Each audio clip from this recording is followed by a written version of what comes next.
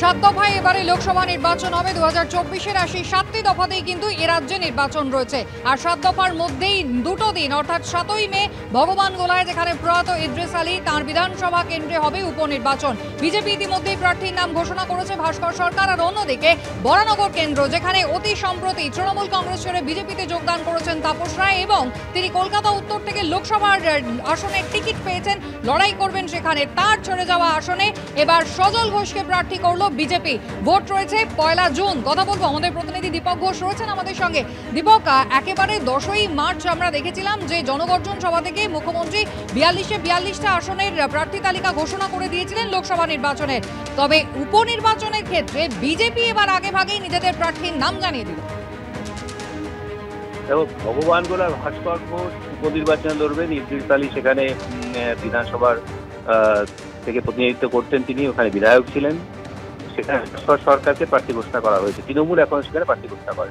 সজল ঘোষের ব্যাপারটা সত্যি তাৎপর্যপূর্ণ এই কারণেই যে তাপস রায় বিজেপিতে যোগদান করার আগে বিজেপির তরফ সূত্র থেকে যে খবর পাওয়া যাচ্ছিল সেটা হচ্ছে উত্তর কলকাতা লোকসভা কেন্দ্র থেকে এবারের বিজেপি প্রার্থী হবেন সজল ঘোষ। প্রায় নিশ্চিত ছিল বিষয়টা। সেই সময় আচমকাই পট পরিবর্তন ঘটে এবং তাপস রায়, যিনি কার্যত বিদ্রোহ ঘোষণা করে তৃণমূলের বিরুদ্ধে এবং বিশেষ করে সুদীপ বন্দ্যোপাধ্যায় তৃণমূলের সাংসদ, তার বিরুদ্ধে মুখ খুলে দল ত্যাগ করেন, বিজেপিতে যোগদান করেন। দীর্ঘদিনের সাংসদ উত্তর কলকাতা থেকে সুদীপ বন্দ্যোপাধ্যায়, তার বিরুদ্ধে প্রার্থী করা হলো তাপস রায়কে, যিনি সদ্য বিজেপিতে যোগদান করেছেন। তার ফলে সজল ঘোষের যে নির্বাচিত এখান থেকে প্রতিদ্বন্দ্বিতা করার কথা ছিল সেটা শেষ পর্যন্ত হলো না। তাহলে সজল ঘোষের ভবিষ্যৎ কি, যে প্রশ্নটা উঠেছিল, তাকে কি কোনো লোকসভাকে অন্যত্র কোনো লোকসভা কেন্দ্রে নিয়ে গিয়ে প্রার্থী করা হবে? কিন্তু দ্বিতীয় দফার তালিকাতেও দেখা গেল সজল ঘোষের নাম নেই। কিন্তু আচমকা যে খবরটা এলো যে সজল ঘোষকে তাপস রায়ের ছেড়ে যাওয়া বিধানসভা কেন্দ্র, তিনি বিধায়ক পদ থেকেও ইস্তফা দিয়েছেন বিজেপিতে যোগদান করার আগে, ফলে বরানগর আসনটি খালি হয়েছে। সেই আসনে ভোট হবে, ৬ মাসের মধ্যেই ভোট করতে হয়, নিয়ম এটা। খালি হওয়ার পরে সেই শূন্য আসনে সজল ঘোষকে নিয়ে যাওয়া হলো।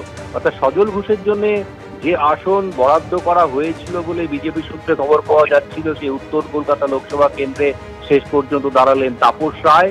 তিনি ছেড়ে এলেন বরানগর বিধানসভা কেন্দ্র, আর বরানগর বিধানসভা কেন্দ্র খালি হওয়ার পরে সেখানে নিয়ে যাওয়া হলো সজল ঘোষকে। সজল ঘোষ বা বিধানসভায় প্রতিনিধিত্ব করার জন্য বরানগর কেন্দ্র থেকে লড়াই করবেন। আজকে বিজেপি আনুষ্ঠানিকভাবে এই দুই নাম ঘোষণা করে দিয়েছে। একেবারে দীপক, ধন্যবাদ। অর্থাৎ বরানগর বিধানসভা উপনির্বাচনে বিজেপির প্রার্থী হচ্ছেন সজল ঘোষ। সজল ঘোষ বলছেন তিনি জয়ের ব্যাপারে অত্যন্ত আত্মবিশ্বাসী।